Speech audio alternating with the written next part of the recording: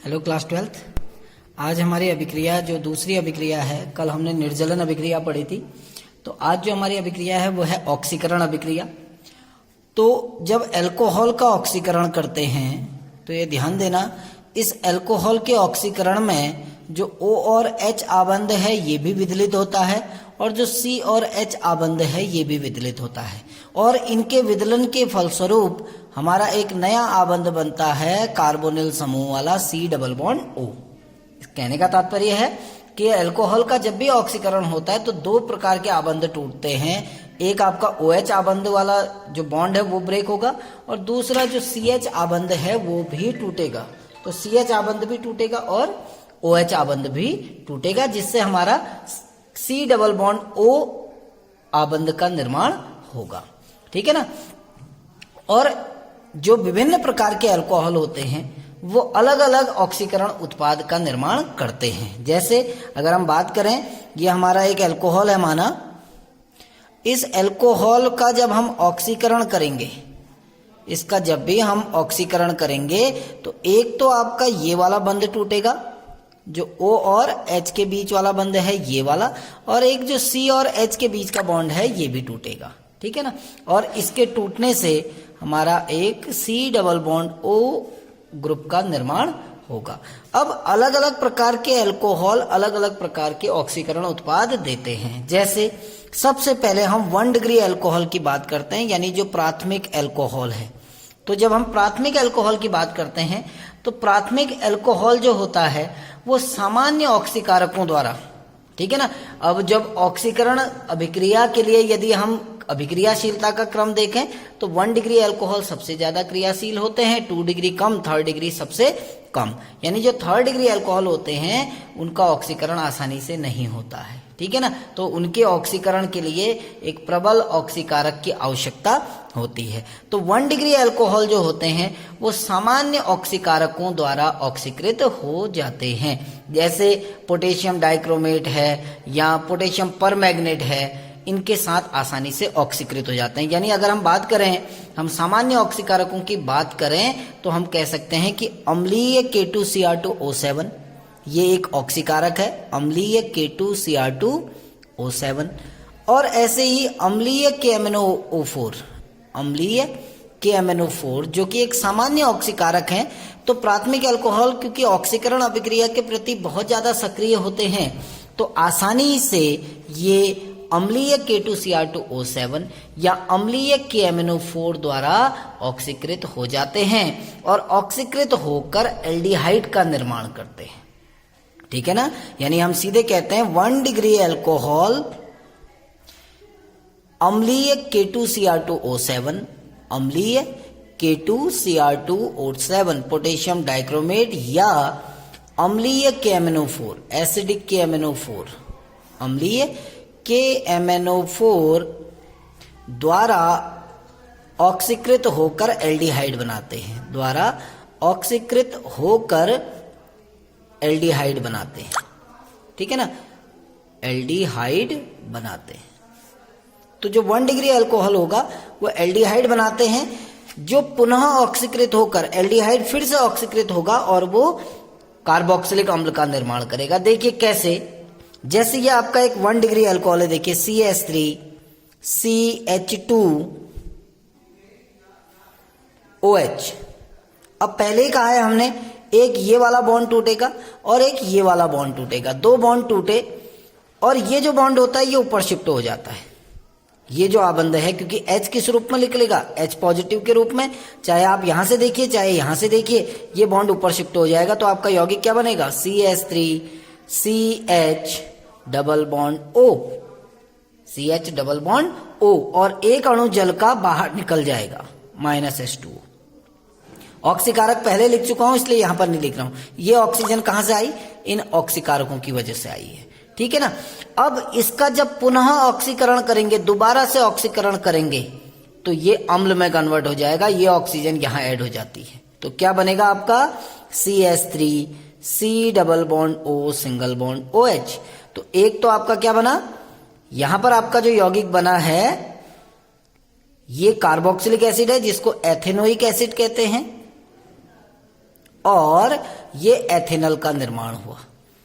अब एक चीज देखना कि यहां आपके 2 कार्बन हैं, जो आपका एल्डिहाइड बन रहा है उसमें भी 2 कार्बन है और जो अम्ल बना है उसमें भी 2 कार्बन है। क्योंकि कभी कभी एग्जाम में क्वेश्चन आता है कि ऑक्सीकरण विधि द्वारा एल्कोहलों में विभेद कीजिए, तो आपको देखना है कि आपको सीधे सीधे लिखना है कि 1 डिग्री एल्कोहल ऑक्सीकृत होकर एल्डिहाइड का निर्माण करते हैं और पुनः ऑक्सीकृत होकर कार्बोक्सिलिक अम्ल बनाते हैं, लेकिन बने हुए अम्ल और एल्कोहल में कार्बन की संख्या समान होती है, यानी कार्बन की संख्या में कोई भी अंतर नहीं आता है। अब दूसरा आता है हम 2 डिग्री एल्कोहल, जो सेकेंडरी एल्कोहल हैं, जिनकी ऑक्सीकरण अभिक्रिया के प्रति सक्रियता थोड़ा सा कम होती है। इसीलिए जो 2 डिग्री एल्कोहल होते हैं वो ऑक्सीकृत होकर कीटोन बनाते हैं, लेकिन वो सामान्य ऑक्सीकारकों द्वारा ऑक्सीकृत नहीं होते हैं, वो क्रोमिक एनहाइड्राइड के जलीय विलयन से ऑक्सीकृत होते हैं, CrO3 के जलीय विलयन से।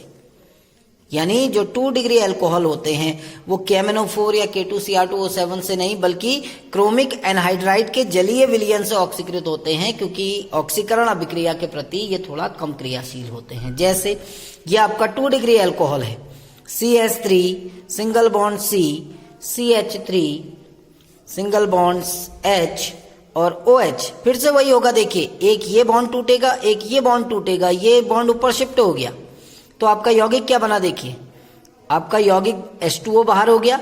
कहां से हुआ, एक H, 2 H, एक O, H2O बाहर हो गया और आपका कीटोन बनेगा CH3 C double bond O single bond CH3।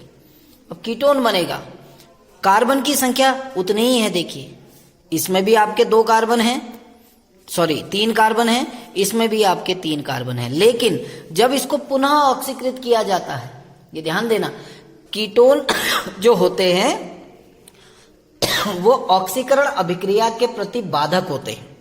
याद रखना, कीटोन का आसानी से ऑक्सीकरण नहीं होता है, इसीलिए पहले इनोलीकरण होता है, इनॉल का निर्माण होता है। इनॉल का निर्माण कैसे होता है, देखिए इसको मैं ऐसे लिख देता हूं, CH2 सिंगल बॉन्ड H, ये हाइड्रोजन यहां शिफ्ट हो जाता है, ये डबल बॉन्ड ऊपर शिफ्ट हो जाता है। देखिए क्या बनेगा, CH3 single bond C double bond CH2 single bond OH। आपका देखिए इन भी आ गया, ऑल भी आ गया, इसलिए इनॉल कहा जाता है इसको नाम दिया जाता है इनॉल, इन प्लस ऑल इनॉल। अब ये जो इनॉल है, जब इस इनॉल का ऑक्सीकरण करते हैं हम, ठीक है ना, जब हम इनॉल का ऑक्सीकरण करते हैं तो इनॉल का ऑक्सीकरण के लिए हमको सांद्र HNO3 की आवश्यकता होती है, क्योंकि सामान्य ऑक्सीकारकों द्वारा ये ऑक्सीकृत नहीं होता है। इनॉल का ऑक्सीकरण के लिए हमको HNO3 जो प्रबल ऑक्सीकारक है उसकी आवश्यकता होती है। और होता क्या है, 4 ऑक्सीजन के द्वारा इसका ऑक्सीकरण होता है और ये जो पूरा का पूरा CH2 समूह है ये बाहर रिलीफ हो जाता है और आपका कार्बोक्सिलिक अम्ल बनता है। देखिए CH3 C double bond O single bond OH। अब जो कार्बन है ये वाला, ये CO2 के रूप में बाहर हो जाता है, जो 2 हाइड्रोजन है वो किस रूप में बाहर हो जाते हैं, H2O के रूप में। और डिफरेंस क्या है, देखिए जब 2 डिग्री अल्कोहल का ऑक्सीकरण किया जाता है तो जो कार्बोक्सिलिक अम्ल मिल रहा है हमें, ये इस कार्बोक्सिलिक अम्ल में लिए गए अल्कोहल की तुलना में 1 कार्बन कम होगा। इसमें 3 कार्बन है, इसमें 2 कार्बन है, देखिए तो 1 कार्बन क्या होगा, कम होगा, ठीक है ना। अब हम आते हैं 3rd डिग्री अल्कोहल के लिए, तीसरा जो आपके 3rd डिग्री अल्कोहल होते हैं। अब 3rd डिग्री अल्कोहल का ऑक्सीकरण प्रबल ऑक्सीकारक जैसे सांद्र HNO3 के द्वारा होता है, क्योंकि इनका ऑक्सीकरण आसानी से नहीं होता है। अब कैसे, देखिए 3rd डिग्री अल्कोहल क्या होता है। 3rd डिग्री अल्कोहल ये है CH3 single bond C, CH3